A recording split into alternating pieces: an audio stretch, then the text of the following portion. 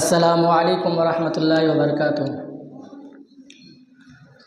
نحمده ونصلی علی رسولہ الکریم، اما بعد، اعوذ باللہ من الشیطان الرجیم، بسم اللہ الرحمن الرحیم۔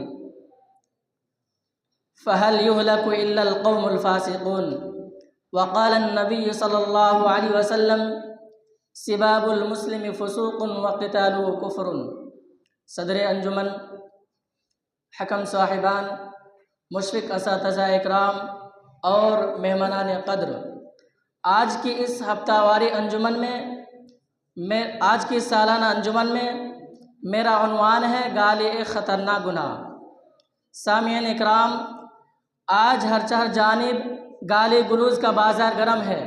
چھوٹا بڑے کو اور بڑا چھوٹے کو گالیاں دے رہا ہے، اور بے غیرتی کی انتہا ہے کہ گالی دیتے وقت ماں بہن کو زیادہ نشانہ بنایا جاتا ہے، اور گالی سننے والے بھی مسکراتے ہوئے ہنسی خوشی گالیاں قبول کر لیتے ہیں کہ چلو میرے دوست ہی نے تو گالی دی ہے۔ گویا لوگوں کو گالی دینے اور سننے کی عادت ہو چکی ہے اور احساس گناہ ختم ہو چکا ہے، حالانکہ کسی بھی حالت میں کسی کو گالی دینا خطرناک گناہ ہے۔ میرے بھائیوں، آئیے دیکھتے ہیں کہ گالی کہتے ہیں کسے۔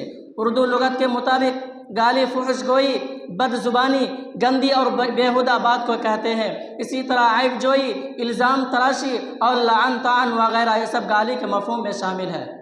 میرے اسلامی بھائیوں، آئیے دیکھتے ہیں کہ مذہب اسلام نے گالی دینے والے کے بارے میں کیا کہا ہے۔ چنانچہ اللہ کے نبی صلی اللہ علیہ وسلم فرماتے ہیں سباب المسلم فسوق، کہ مسلمان کو گالی دینا فسق یعنی گناہ ہے، اور وقتالہ کفر، اور اس کو قتل کرنا کفر ہے۔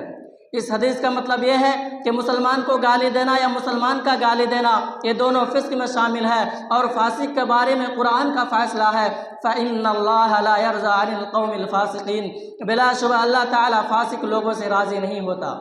اور ایک مقام پر اللہ رب العالمین ارشاد فرماتا ہے فَهَلْ يُهْلَكُ إِلَّا الْقَوْمُ الْفَاسِقُونَ، پس فاسق لوگوں کے علاوہ کوئی ہلاک نہ کیا جائے گا۔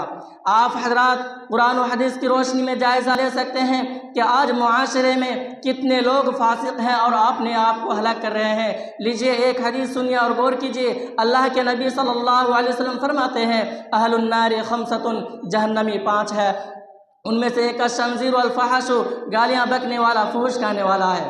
سنا آپ نے کہ اللہ کے نبی صلی اللہ علیہ وسلم نے اس حدیث میں گالی دینے والے کو جہنمی قرار دیا ہے۔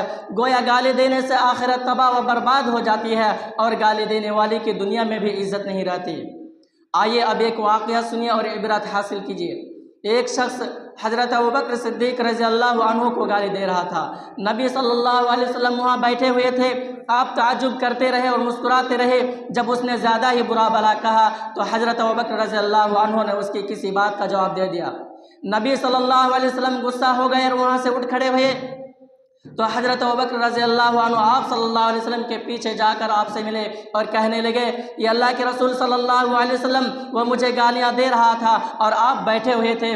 جب میں نے اس شخص سے کسی بات کا جواب دے دیا تو آپ غصہ سے اٹھ گئے۔ رسول اللہ صلی اللہ علیہ وسلم نے فرمایا بات یہ ہے کہ تمہارے ساتھ ایک فرشتہ تھا جو تمہاری طرف سے جواب دے رہا تھا۔ جب تم نے اس کی کسی بات کا جواب دے دیا تو شیطان آ گیا، اور جہاں شیطان آ جائے میں وہاں بیٹھ نہیں سکتا۔ معزز حضرات، اس واقعہ سے معلوم ہوا کہ اگر کسی سے گفتگو ہو جائے اور گالی گلوچ پر اتر آئے تو ایسی صورت میں گالی کا جواب گالی ہی سے نہیں دینی چاہیے، بلکہ خاموشی اختیار کر لینی چاہیے، کیونکہ اکثر اختلاف اور لڑائی جھگڑے کا آغاز گالی ہی سے ہوتا ہے۔ چنانچہ کسی عربی شاعر نے یہ خوب کہا ہے گولی کا زخم بھر جاتا ہے مگر گالی کا زخم کبھی نہیں بھرتا۔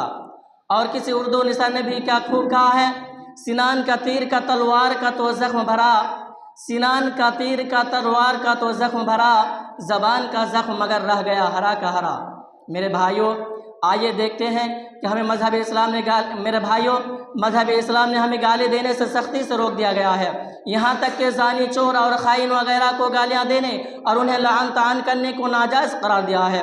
اسی طرح مذہب اسلام نے غیر مسلم، کافر، عیسائی، مرزائی، حتیٰ کہ شیطان کو بھی گالی دینے سے منع فرما دیا ہے۔ ایسے ہی جانوروں اور بے جان چیزیں مثلا سائیکل اور موٹر سائیکل، کار اور موبائل وغیرہ بھی اگر خراب ہو جائے تو انہیں بھی گالی دینے سے روک دیا گیا، کیونکہ گالی دینا ایک خطرناک گناہ ہے، اور گالی دینا ایک منافق اور فاسق کا کام ہے، ایک مسلمان کی شان نہیں۔ ہاں اگر باحثیت مجبوری یا غصہ گالی دینے کی نوبت آ بھی جائے تو اعوذ باللہ من الشیطان الرجیم پڑھ لینا چاہیے۔ لیکن صد افسوس ہے ملت کے ان رہنماؤں پر جو برسر ممبر و محراب بھی طعنہ زانی، بد زبانی اور گالی گلوچ تک سے پرہیز نہیں کرتے، اور ان نام نہاد ملاؤں کے بدعملی و بد زبانی کی وجہ سے لوگ دین سے متنفر اور بیزار ہو رہے ہیں۔ کسی شاعر نے کیا کہا ہے کہ فرقہ بندی ہے کہیں اور کہیں ذاتیں ہیں، کیا زمانے میں پنپنے کی ہی باتیں ہیں۔ اب میں اپنی تقریر کو یہی سے ختم کرتا ہوں۔